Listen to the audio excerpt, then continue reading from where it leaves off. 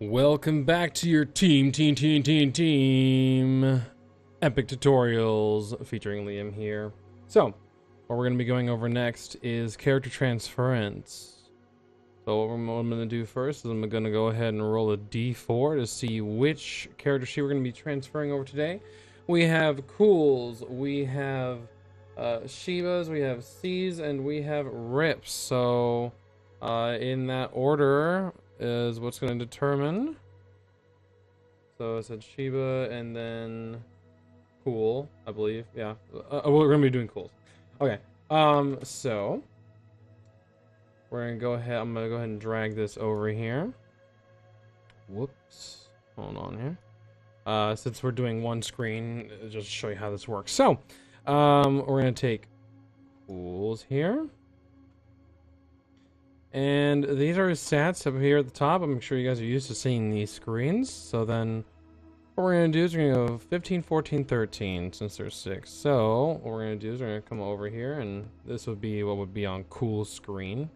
I just want to show you how this works, or it's now Kaiser. Anyway, 15, 14, 13, and then 10, 14, 9. Okay, 10, 14, 9. Okay, great. So all that matches up.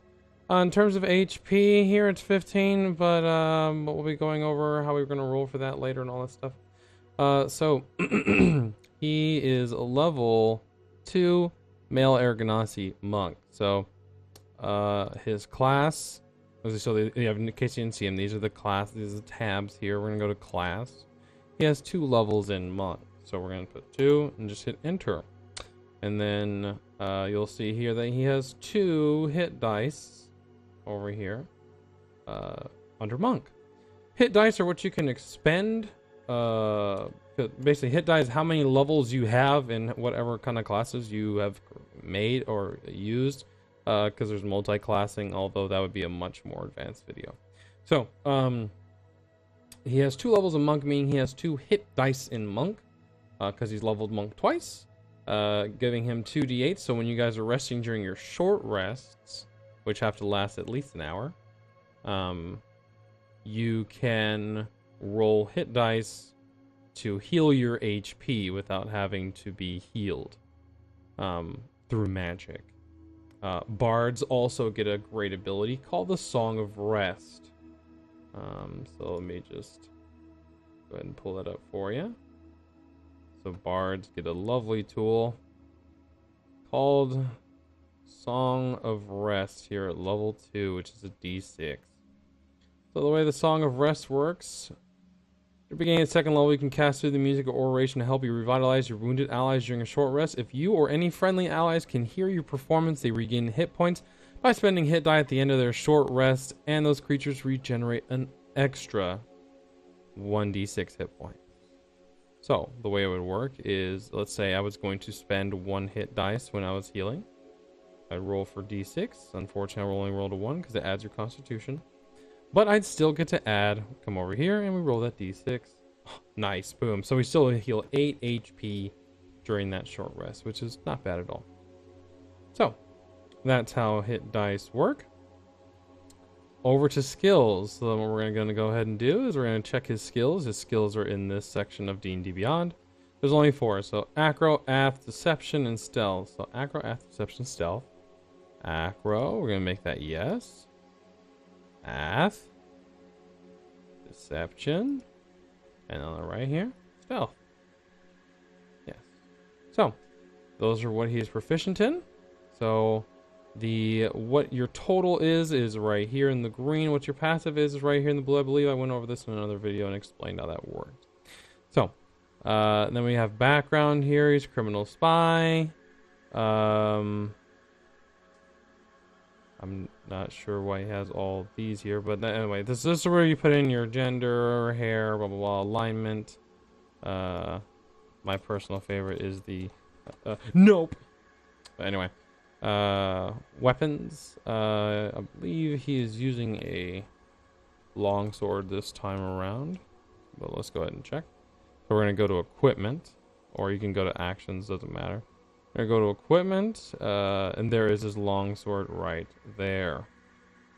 So this is a 1d8 plus 2 or 1d10 plus 2 if he's two-handing it. So the way we do that in here is we do 1d8. He's using his strength because it gives him a total hit of 4. If he were to use dex, even though it's not a dex weapon, he would, well, let's see, it'd still be the same, so it's really irrelevant. So he's using strength because it's a long sword, because you can't, it's not a finesse weapon anyway. So we do 1d8, enter, tab over twice, so because you see the fields are blue when I highlight. Damage is just slashing. Crit damage is the same unless otherwise stated. Then we're going to do long sword, two-handed, and this is 1d10. Slashing, not splashing. Okay, 1d10. Now I don't remember if it can do slashing and piercing. No, it is considered slashing only in 5th edition. Okay, so then for ranged weapons, does he have any ranged weapons? He does. He has thrown darts, so these are 1d4, and because they're finesse thrown, we're gonna go ahead and they are under the dexterity category, but you can put finesse if you want to, but finesse is dexterity, so it doesn't really matter. And damage is 1d4. The 2 is already right here. You don't have to put the +2. The damage bonuses are already right in this column. So then be 1d4. Crit that's damage type. Piercing. Excuse me. So it'll be a 1d4. Crit on a 20, unless otherwise stated. So, that's that for now. Now, your features. You probably want to know where you put all your features and stuff. That's actually right here. So, he has unarmored defense while not wearing armor. Right here. So, we go to output, put that in here, and that's called armored defense. I can spell today. Now, there is no recharge, so none. And then what we do here is under his armor, he's using the correct unarmored bonus, which is Monk's unarmored defense. So we're already good to go there. He also has martial arts. So while you are unarmed or wielding only monk weapons that you aren't wielding a shield, you can use dex instead of strength for the attack and damage rolls. You can use your martial arts damage in place of normal damage when you use the attack action on your turn. So right now it's a D4, I believe, until level 5, which increases to D6. So unarmed strike is, so that's martial arts. So we'll just put that here. This is martial arts. Okay. Gained from monk.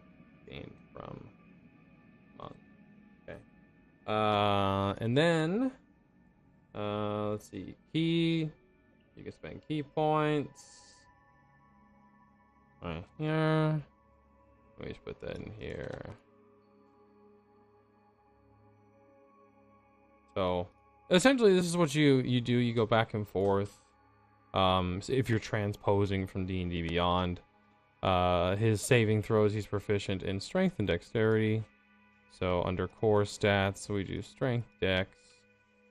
Everything else is pretty much standard. If he's doing XP, this is where you place your XP in here, and then XP for next level if he tells you that. If not, it's milestone, so don't worry about it. And then inventory, you guys should track inventory, especially since you guys are doing a campaign. This is the most tedious part of whether you're using D&D Beyond or Roll20. It is tedious. It's going to be tedious. There's no easy way to do inventory. It's a pain, but once it's all done, it's all done. And like right now, as it stands, Cool would pretty much be up shit creek without a paddle because he does not have any rations. So I'd like to see how he lives and if he could beat the elements, because he doesn't have any kind of tents or doesn't have a pup tent or anything. So be interesting to see how he fares in the long run. But that's where we're going to conclude it for here, or for now, excuse me. So that concludes it, and I'll see you in the next one.